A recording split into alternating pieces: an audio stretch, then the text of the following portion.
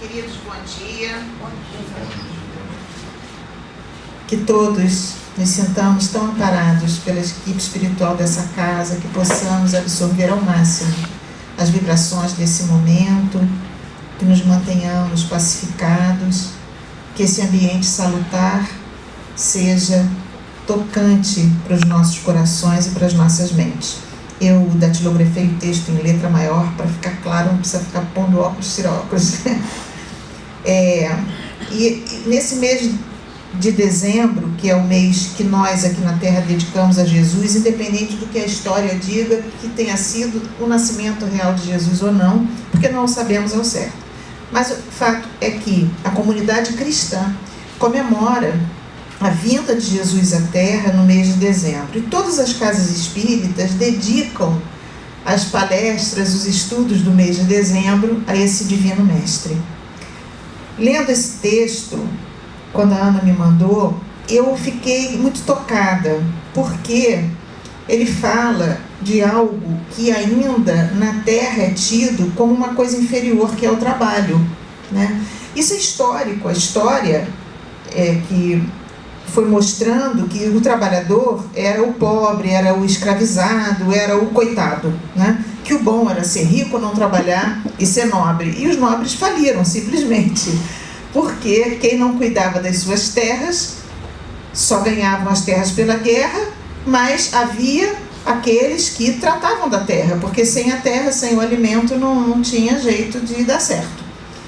E ninguém vive sem trabalho. Trabalho é a base da sociedade.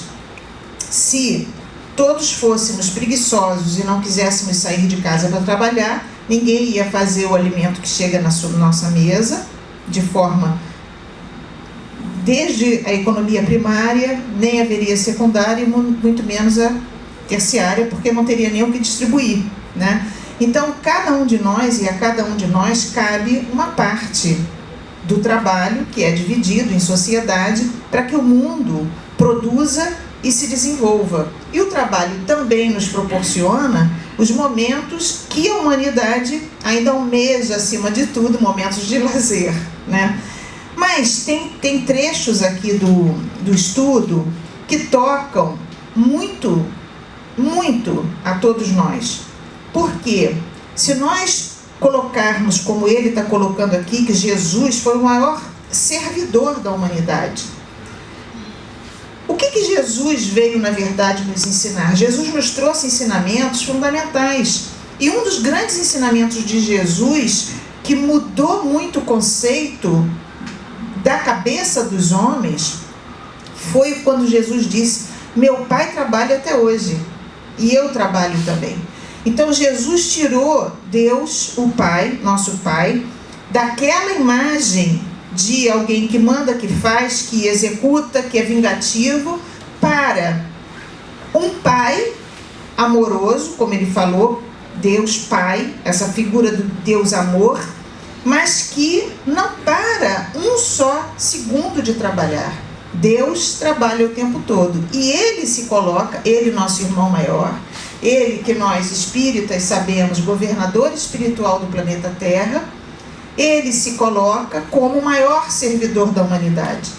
O Pai trabalha até hoje e ele trabalha também. E Jesus mostrou isso o tempo todo. Jesus trabalhou o tempo todo, mentalmente, ativamente, curando, ensinando, porque tudo é trabalho. Ele trabalhou o tempo todo, ele serviu o tempo todo. E ele coloca, de uma maneira também muito tocante para todos nós, que ele não veio para ser servido. Ele fala: eu não vim para ser servido, eu vim para servir. Então ele traz uma conotação de glória, de esplendor, que até então não existia na Terra, com relação e em torno do trabalho. Então Jesus exalta o trabalho, nos convocando a fazer o mesmo, a servir. E é interessante que Deus nos dá esse exemplo de serviço desde o nosso nascimento, no sentido dos nossos pais. Por quê? Quando nasce um bebezinho numa família, e principalmente aqueles pais que normalmente são os que cuidam do bebê, aquela criancinha, aquele bebezinho que está nascendo, ele é 100% dependente daqueles seres que o vão cuidar. Normalmente os pais, mas podem ser avós, tios ou quem cuide da criança. Mas ele depende totalmente de pessoas que vão cuidar dele, porque ele não vai se alimentar sozinho, ele não vai se higienizar sozinho, e ele morre, aquele ser não vinga se alguém não cuidar dele. Mesmo os animais na natureza, os mamíferos, precisam de quem cuide deles inicialmente. E o que acontece? Olha como Deus, que é a misericórdia, nos mostra, pelo exemplo do serviço, o amor. O que acontece com aqueles pais que não conheciam aquele bebê até então, pelo menos nessa vida, e começam a se dedicar a cuidar dele, independente da religião que tenham, do credo que professem, do time de futebol, do que fazem na vida, independente de qualquer coisa, naquele momento em que tem aquele ser lá, junto deles, o que eles fazem? Se dedicam com tempo, com qualidade de serviço, para que aquele ser possa realmente vingar, ter saúde, ir adiante. E o que vai acontecendo aos poucos com aqueles pais? Eles vão se encantando cada vez mais, se envolvendo cada vez mais com aquele ser que não faz nada. Abre o olho, fecha o olho, boceja, vomita, faz as suas necessidades. E eles vão se encantando, dá dificuldade para dar banho. É tudo difícil em torno do bebê. E um cuidado, porque não pode, a cabecinha tem que ter cuidado para não ir muito para frente. São tantos cuidados, e eles se esmeram e vão se esmerando nesses cuidados, e isso vai criando laços, novos laços. Porque muitas vezes ali naqueles braços tem um ser complicado do passado daqueles pais. Mas as novas relações, esse novo olhar sobre aquele ser, começa a desenvolver uma relação que, a não ser que haja uma questão espiritual extremamente complexa, dificultosa, esses laços de amor nunca mais se rompem. São laços, os laços mais fortes que existem, o dos pais com a sua cria, com a sua prole. Interessante que, se nós formos a um livro que não é um livro infantil, que é do Antoine Saint-Exupéry, que é O Pequeno Príncipe, não é um livro infantil, ele é um tratado de filosofia, aquele livro. Quem não leu aquele livro deveria ler, porque ele realmente é um tratado de filosofia, fácil de ler, difícil de entender, porque não é a superficialidade da história, é a profundidade da história. E o diálogo da raposa com o príncipe é emblemático. Quando a raposa diz para o príncipe, que não é spoiler não, tá? Para quem não leu, mas porque isso é importante mesmo. A raposa diz para o príncipe que, para ela antes, os campos de trigo não significavam nada, eram campos de trigo. Mas agora, depois da relação que ela tinha tido de amizade com o príncipe, toda vez que ela olhasse o campo de trigo, ela lembraria do cabelo dele, porque era louro. E ela começa a dizer o quanto o coração dela ia bater cada vez que ela ouvisse passos, porque ele, como humano, caminhava, um jovenzinho, ele caminhava. E ela ficaria na expectativa dele chegar. E ela vai dizendo, ela vai justamente colocando essa relação que foi desenvolvida ao longo do dia a dia, e o quanto aquilo criou laço com eles. E ele lembra da rosa dele, que ele deixou no planeta. E ele começa a pensar no tempo que ele despendeu para cuidar da sua rosa. E aí vem a grande ligação, foi o tempo, essa qualidade que se dá ao serviço, que cria esses laços que se tornam eternos. Então nós vamos vendo como a própria natureza nos mostra como amar é servir. Quantos de nós, qualquer um de nós na casa espírita que comece numa tarefa, Muitas vezes uma tarefa em que nós começamos porque somos inteligentes e porque Emmanuel deu o recado, a disciplina antecede a espontaneidade do amor. Foi o que Emmanuel falou para o Chico. A disciplina antecede a espontaneidade do amor. E ele disse para o Chico que para o Chico trabalhar na seara mediúnica tinha que ter disciplina, disciplina e disciplina. Então muitos de nós começamos porque somos levados pela racionalidade. Como seres inteligentes, eu sei que eu preciso trabalhar, eu sei que eu preciso melhorar o meu conteúdo, eu como espírito a caminho, passo a passo no caminho da luz, mas ainda na sombra. Nós ainda oscilamos entre momentos de luz e muita sombra.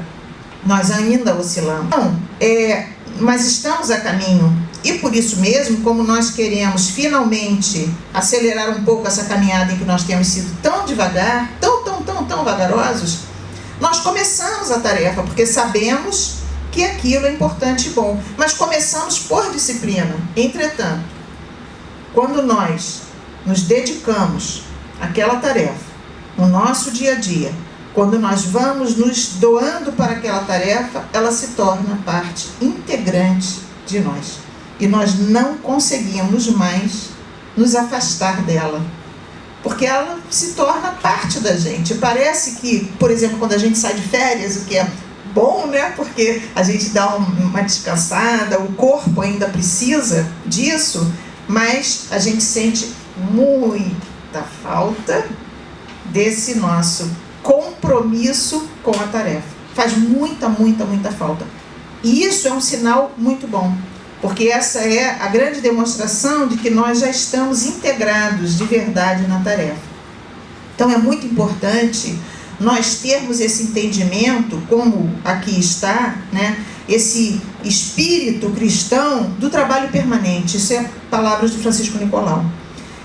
O trabalho permanente como espírito cristão, ou seja, sem trabalho, sem o serviço, o trabalho digno que sustenta com dignidade, o trabalho bem cumprido, o trabalho junto à família, o trabalho junto à comunidade, aos amigos, o trabalho na casa espírita, o trabalho voluntário, é o trabalho que realmente, isso aí eu ouvi a minha avó falar, que o trabalho dignifica o homem. E aí nós vamos tirando todas essas ideias ruins de trabalho e trocando pelo que Jesus veio nos ensinar. Que se a gente lembrar lá no livro Boa Nova, logo no iniciozinho do livro, quando Jesus é questionado sobre o que ele veio fazer na terra, e ele coloca, eu vim instituir, lá com as palavras dele lindas, eu estou falando com as minhas, mas que ele veio instituir o reino de Deus no coração dos homens, e nós vamos entendendo que o reino de Deus é o reino do amor, que a igreja, que todo o nosso culto não tem que ser exterior, tem que ser interno. O reino de Deus está no coração, ele faz parte do ser, do espírito. Então ele veio instituir o reino de Deus no coração dos homens. Os homens andavam naquela época, como é que nós éramos naquela época de Jesus? Como nós andávamos, né? Medrosos, materialistas, era uma dificuldade imensa, né? As mulheres então não tinham alma naquela época, nada podiam, não eram consideradas seres sem alma, né? Então era uma humanidade muito ignorante. Jesus veio na contramão da história trazer todo um novo olhar sobre toda a humanidade. O que Jesus nos fala, que ele coloca tão claramente, que ele veio instituir o reino de Deus no coração dos homens, que Deus é amor, é Pai, é amor, e nós vamos entendendo que não existe amor sem serviço. Quando Jesus fala que Pai trabalha até hoje e ele trabalha também. Então ele fala coisas poucas de Deus.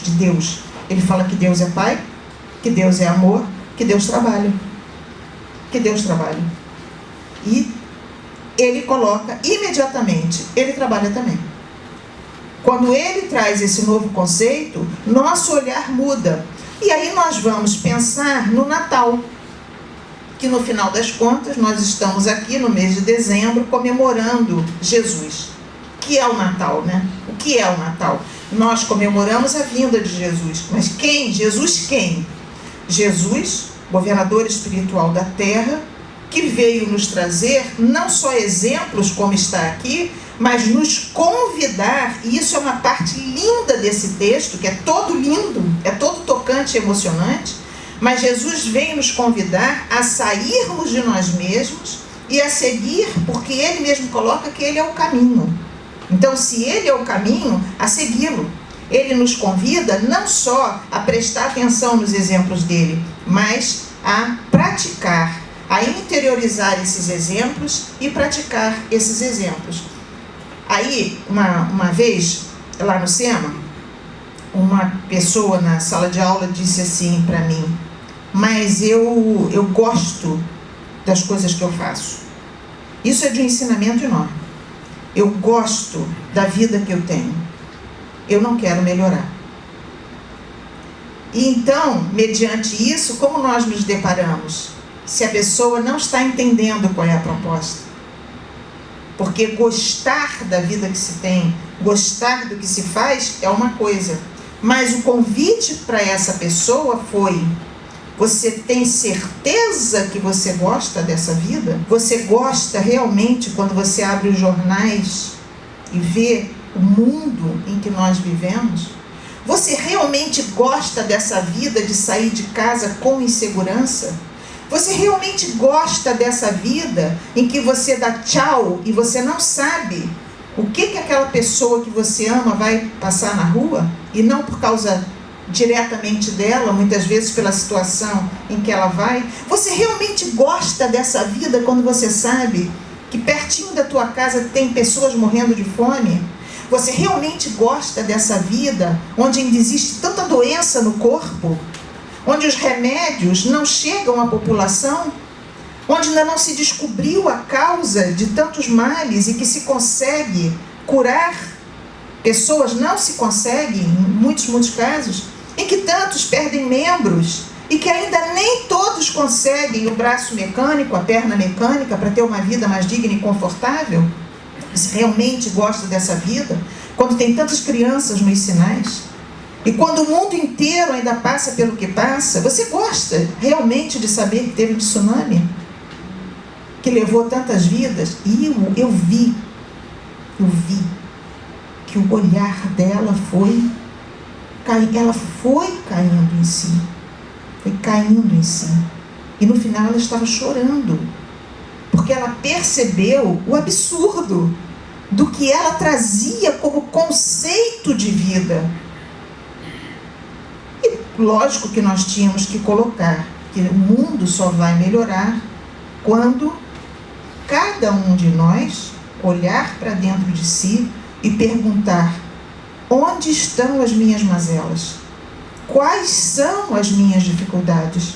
E na medida em que nós formos identificando aqueles pontos que nós temos que melhorar, e que nós já sabemos, porque está no Evangelho, estão todos ligados ao orgulho e ao egoísmo. Todas as nossas mazelas, tudo que nós trazemos e reproduzimos e que causam males a nós mesmos e aos outros, são filhotes do orgulho e do egoísmo. E na medida em que nós formos melhorando, cada um for melhorando a si mesmo, o mundo vai melhorando. Nós percebemos que o que é um ambiente bom, né? A gente chega da rua, no que eu entrei aqui, e aí isso vai muito da sensibilidade de nós estarmos abertos a perceber, porque todos temos essa possibilidade, todos. O que eu entrei aqui foi é um choque, é uma sensação da paz do ambiente, da higienização do ambiente. Quando eu sentei aqui, que eu pude parar e me concentrar, nossa, eu fiquei arrepiada. As lágrimas me vieram aos olhos, porque a gente percebe os mentores na casa, trabalhando, cuidando, me abraçando, e a cada um de nós, eu estava percebendo a mim, né? E a cada um de nós, porque nenhum de nós fica sem socorro, sem ajuda. Então, e eu ainda pensei mentalmente: bendito seja, Pai, todos os locais onde haja amor. Amor. a vontade de fazer o bem, a vontade de cada um que faz o bem de se ligar ao alto, àqueles que têm condição de nos socorrer, porque nós somos capengas, mas se nós nos ligamos, nós recebemos, porque o amor é misericordioso, o amor do Pai é misericordioso. Então nós lembramos do Natal. O que é o Natal? Essa comemoração da vinda de Jesus. Quem é Jesus? O governador espiritual do planeta. O que veio trazer Jesus? Instituir o reino de Deus, o reino do amor em nossos corações. O reino de Deus é de servir ao próximo. Que disse Jesus depois? Amar ao próximo como a si mesmo. Então, se o reino de Deus é amor, se a nossa função é amar ao próximo como nós amamos a nós mesmos, se o Pai trabalha até hoje, Ele trabalha também, amar é servir. Ninguém pode amar fechado no seu quarto, esticado no seu sofá, voltado para o seu próprio umbigo, sem olhar, sem ter um olhar para o outro e sem olhar para aquele que está à sua volta, aquele que está distante, aquele que está precisando de um pensamento, de um estímulo. Porque muitas vezes nós sabemos que tem uma pessoa lá longe precisando de uma palavra de estímulo e a nossa preguiça. Ai, vai demorar, nossa, essa pessoa, ai, ela fala tanto. Então nós temos que prestar atenção, porque o servir não é só fazer a comida, não é só sair para trabalhar. O servir é servir com o pensamento, com a prece para aquele que está doente ou necessitado, doente da alma, que somos todos. É servir com o olhar do eu te compreendo. Ou fala, pode falar, eu só vou te ouvir. Pode desabafar, ou servir com a palavra, servir com um abraço, servir com o trabalho físico, mas o trabalho também é mental. Então, se nós colocarmos todas as nossas potencialidades a serviço do próximo, nós estamos servindo na terra, nós estamos servindo a Jesus. Nós normalmente não vivemos o verdadeiro Natal. Nosso Natal ainda não é verdadeiramente cristão, não é? Nós nos reunimos em família, é uma delícia, maravilhoso, mas ainda não conseguimos evitar aborrecimentos, ainda não conseguimos evitar descontentamentos de um ou de outro, e às vezes são coisas tão materiais que nos surpreende. Pode acontecer isso, não é? De uma pessoa estar insatisfeita com um prato de comida, com uma coisa, com a outra, com a decoração, com o que seja. Eu estou falando absurdos, coisas muito absurdas mesmo, mas porque é uma questão de nós fazermos analogia com o que nós vivenciamos e passamos, o verdadeiro sentido do Natal. O que o pai ou a mãe gostam de fazer com a criança, com o filho? Aliás, o filho adulto é criança para os pais. O que gosta? Não tem tanto prazer em saber, meu filho queria tanto isso aqui, eu vou me esforçar e vou comprar. Isso faz parte de um processo de dedicação que é bonito, porque isso mostra o quanto os pais abrem mão para os filhos, para os seres amados, não é verdade? Então isso faz parte, só não pode cair no exagero, só não pode cair no desequilíbrio, mas isso faz parte, é um processo bonito isso, né? Porém, nós fazemos isso com amor. Nenhum pai faz isso porque não gosta de um filho. Todos os pais que se abrem mão de alguma coisa para o filho, ou querem dar o melhor para os seus filhos, fazem com amor. Foi o que o Pai fez conosco. Exatamente o que Deus, nosso Pai, fez conosco. Qual foi o maior presente que nós já recebemos? Maior. Em toda a nossa história da humanidade, qual foi o maior presente que nós recebemos até hoje? E que veio diretamente do Pai. O maior presente foi Jesus. O Pai nos deu o nosso maior presente, Jesus. É Ele, Jesus, governador espiritual da terra, nosso mestre divino, o maior presente que nós já tivemos. Vamos imaginar que hoje na terra não tivesse tido Jesus. Será que o mundo teria sobrevivido? Não teria. Não teria. Porque com todas as dificuldades, de todo o desentendimento que houve através da história, foi sempre os ensinamentos de Jesus, os mensageiros de Jesus, aqueles enviados nobilíssimos que vinham dando exemplo e que moviam comunidades que conseguiram sustentar o planeta. Nas épocas mais negras da humanidade, lá estavam missionários enviados por Jesus, sustentando vibracionalmente. E aí a gente pensa assim, mas e os meus erros? E as minhas dificuldades? E os tropeços que eu já tive no caminho? E aí nós lembramos, e que foi colocado lá no encontro de Jesus no céu esse ano, nós lembramos do nosso querido Chico Xavier. O Chico colocou uma frase emblemática que ficou para toda a humanidade, que espíritas, não espíritas, todo mundo gosta, porque é fantástica.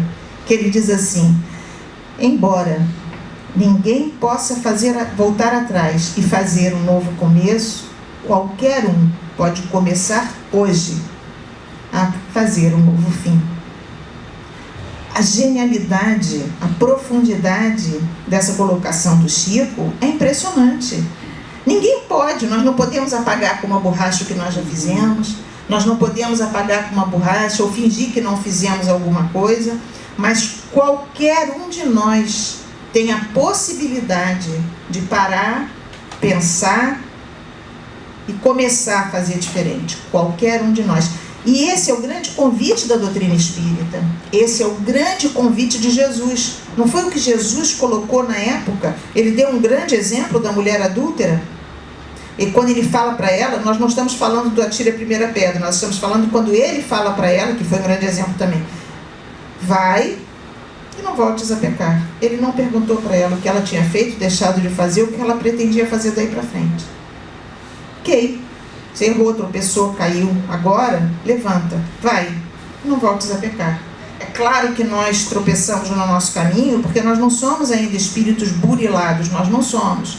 Nós somos espíritos ainda muito endividados, mas nós podemos sim, e devemos sim, pensar sempre na nossa possibilidade de recomeçar. O Leon Denis tem também um ensinamento muito interessante, em que ele coloca que nós somos os arquitetos do nosso futuro. Então não importa o que a gente fez até hoje, é tudo uma questão de contabilidade, né? É uma contabilidade, a nossa vida é uma contabilidade. Então tem as coisas negativas e tem as coisas positivas. Como nós sabemos que nós reencarnamos para melhorar, ninguém reencarna para ir para trás, isso não é da lei, a lei é de progresso. Como nós sabemos que nós reencarnamos para melhorar, o que se passa? Bom, temos tantas coisas negativas, vamos fazer muitas positivas para a gente ficar aqui na balança no equilíbrio, porque é isso que é importante. Nós não vamos mudar totalmente. Se Paulo não conseguiu, se ele falava que ele ainda não conseguia fazer tudo que ele queria, mas ele fazia coisas que ele não queria mais fazer, aí entra Joana de Ângeles, quando ela fala do automatismo, né? Nós estamos tão acostumados a fazer certos tipos de erros, constantes ao longo das nossas reencarnações, que nós chegamos com aquele automatismo. É isso que a gente tem que fazer, porque neste ensinamento da mulher adúltera, Jesus nos dá, ele nos dá a fórmula.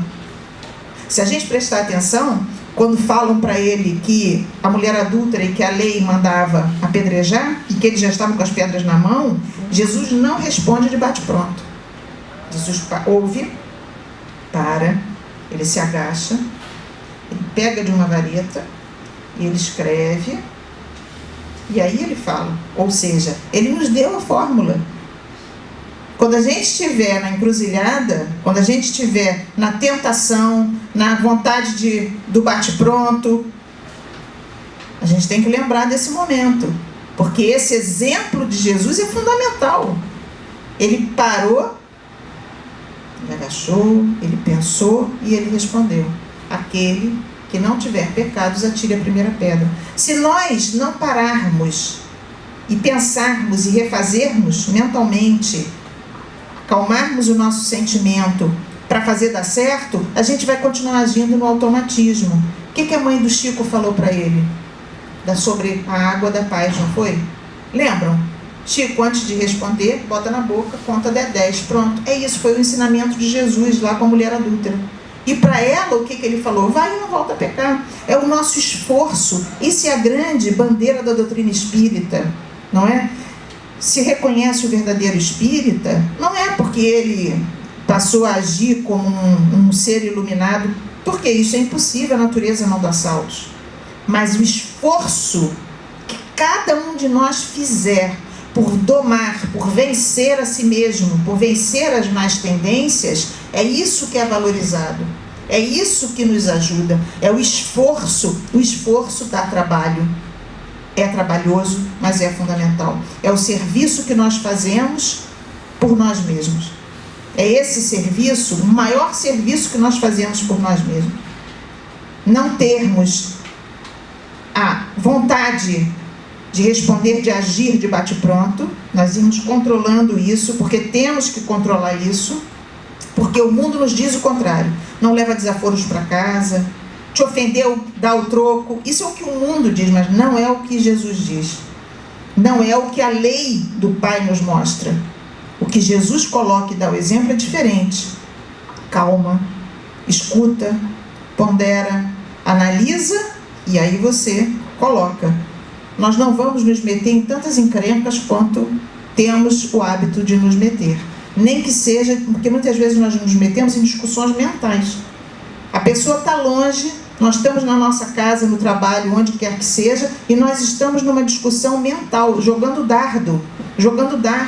E que nós jogamos dardos, nós estamos atingindo algum alvo, seja a pessoa ou não, porque às vezes ela não está nem aí, ela não está recebendo aquilo, porque ela está em outra, mas alguma coisa está acontecendo, para alguém está indo, para algum espírito que está naquela sintonia nossa está indo.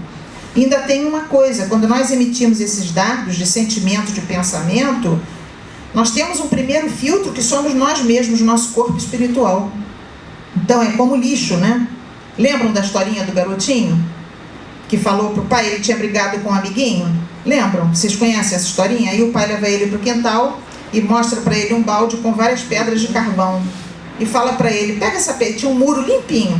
E ele fala, pega essa pedra de carvão, esse pedaço de carvão, e joga no muro. Ele pegou e jogou. Outra, ele pegou e jogou. Outra, ele até esvaziar o balde. Quando esvaziou o balde, o pai disse, como é que está o muro? Está sujo. Ele falou, e olha para você. Quando ele olhou, ele estava tão sujo quanto o muro. Tudo que é lixo que nós emitimos, suja primeiro a nós mesmos. Então, por uma questão de misericórdia conosco, uma questão de cuidado que nós temos que ter conosco mesmo, nós temos que prestar muita atenção no que nós emitimos mentalmente, na palavra e no sentimento. O primeiro atingido somos nós mesmos. Esse cuidado que nós temos que ter com o outro, quando a gente está falando do serviço, da atenção, nós temos que ter primeiro conosco. Vencer no mundo nunca é vencer o outro. Nunca vai ser. Vencer no mundo é vencer a si mesmo.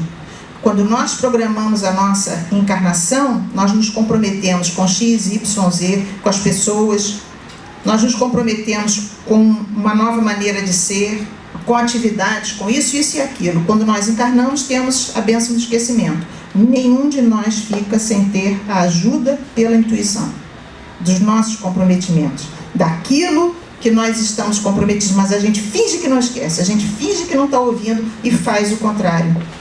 Quando nós reencarnamos para melhorar. A reencarnação significa um passo à frente, ou então nós ficaríamos lá. Para que Deus nos daria reencarnação se não fosse o estímulo de melhora? A possibilidade de nós conquistarmos novas virtudes, de aprimorarmos situações que nós já temos melhorado ao longo da nossa caminhada. Mas quando nós reencarnamos, nós não prestamos atenção nisso. A gente vem no mundo não é para vencer o outro, não é para vencer uma discussão, não é para vencer materialmente, para parecer que tem mais, que tem menos. Nós viemos ao mundo para vencer a nós mesmos, para superar as nossas dificuldades. E aí vem a grande, maior dificuldade, que é a gente olhar para dentro de si e perceber onde nós ainda temos que trabalhar em nós mesmos, que é duríssimo. É mais fácil a gente pegar a mão no trabalho e fazer uma tarefa e ir para a tarefa e fazer, do que a gente realmente trabalhar o nosso eu. Porque isso é trabalhar diretamente essas duas grandes chagas da humanidade, que é o orgulho e o egoísmo. E quem de nós não tem? Todos temos. Porque o Evangelho coloca, e nós sabemos, toda a humanidade, a não ser os grandes missionários, aqueles que vêm, que já são seres iluminados, nós que somos os espíritos a caminho, todos nós temos grande dose de orgulho e de egoísmo. E se nós não percebemos isso em nós, é porque simplesmente ainda não olhamos. É simplesmente porque a gente ainda não parou para prestar atenção. Que se a gente parar e prestar atenção, vai perceber exatamente isso que está lá no livro. Então nós temos que, nesse mês de dezembro, para o nosso próprio bem e o bem daqueles que nos cercam, pensar como nós podemos colaborar com Jesus, porque se Ele foi o nosso maior presente, qual é o maior presente que nós podemos dar para Jesus? Que não seja a nossa melhoria e trabalhar pelo nosso irmão, pelo nosso próximo. Todos nós trazemos desafetos do passado, todos trazemos desafetos, pessoas complicadas do nosso passado. Bendita encarnação, quando nós nascemos no meio, numa família, no meio em que há harmonia, em que há amor, porque essa reencarnação é de refrigério. É uma reencarnação em que ou nós saímos de lutas muito difíceis, ou nós vamos nos preparar para lutas difíceis. É uma reencarnação de refrigério. Quando a família é uma família que está harmonizada, está tudo bem, podemos pensar que vamos enfrentar dificuldades. Ou acabamos de enfrentar dificuldades complicadas, complexas, né? Então eu penso muito isso. Porque é um compromisso que nós temos. Se nós vamos nos melhorando, se nós vamos nos modificando, se nós vamos melhorando, sendo mais flexíveis, se nós vamos agora, melhorando o nosso orgulho, o nosso egoísmo, quando aparecerem as dificuldades, nós não vamos percebê-las da maneira como perceberíamos hoje ou teríamos percebido ontem. Essa é a bênção da lei. Quando nós progredimos, não é a situação que muda, é a nossa maneira, é o nosso ponto de vista.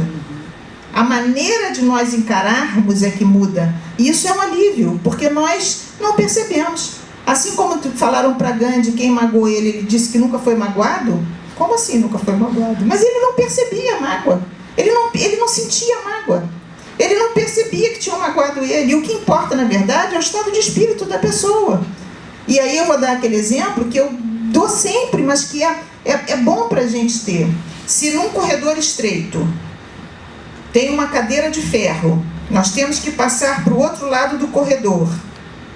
Aquela cadeira de ferro não dá para a gente subir nela. Digamos que ela esteja enferrujada, vai quebrar. Nós temos que removê-la dali. Se nós somos espíritos, não estamos falando físico, corpo físico. Se aparece uma pessoa magrinha, fraquinha, para remover a cadeira, como é que ela vai remover a cadeira? Vai ser de um esforço. Ela vai fazer um esforço, ela vai colocar todo o esforço dela naquilo e não vai conseguir mover 1 milímetro.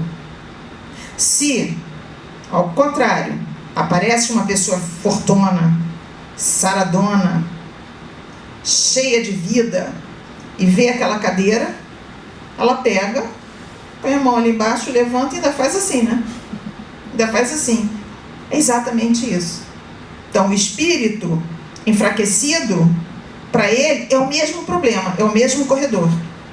É o mesmo problema, a mesma cadeira, o mesmo caminho. Para o espírito enfraquecido, aquilo vai ser um problema gigantesco. Para o espírito fortalecido, aquele problema, sopa. O mesmo problema, o mesmo caminho. Tudo igual. Nós temos que construir hoje o nosso futuro. Nós somos arquitetos do nosso futuro. Se nós nos prepararmos, mudando a nós mesmos, olhando para dentro de nós, nos fortalecendo, nosso futuro é assim. Nós vamos encarar as dificuldades de uma maneira muito mais fácil e tranquila e nem vamos encará-la como dificuldade. Mas aquele enfraquecido vai achar que é um problema irremovível. Trabalhar é servir.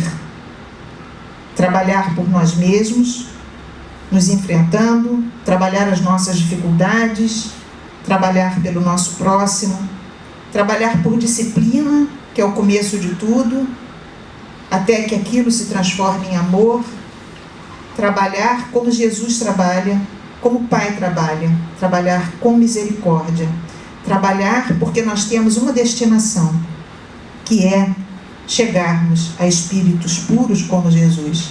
A nossa destinação é o bem. Deus nos criou para a felicidade, mas a distância é cada um que faz. Para chegar lá é de cada um. Uns chegam mais rápido e outros mais devagar. Devagar se sofre mais. É como o espírito fraquinho com relação à cadeira de ferro. E rápido, muito menos. Então, que Jesus, nosso mestre de amor, cuja presença se dá aqui nesse momento, por esses mentores queridos, misericordiosos que aqui estão, possam nos envolver, que Jesus nos envolva, que sua luz, que se derrama sobre todos nós, penetre em nossas mentes, que nós nos mantenhamos fiéis a Ele, a essa doutrina que nós agora abraçamos como bandeira, porque se queremos um mundo melhor, se queremos esse mundo de regeneração, temos que ter consciência de que esse mundo começa dentro de nós. Muita paz.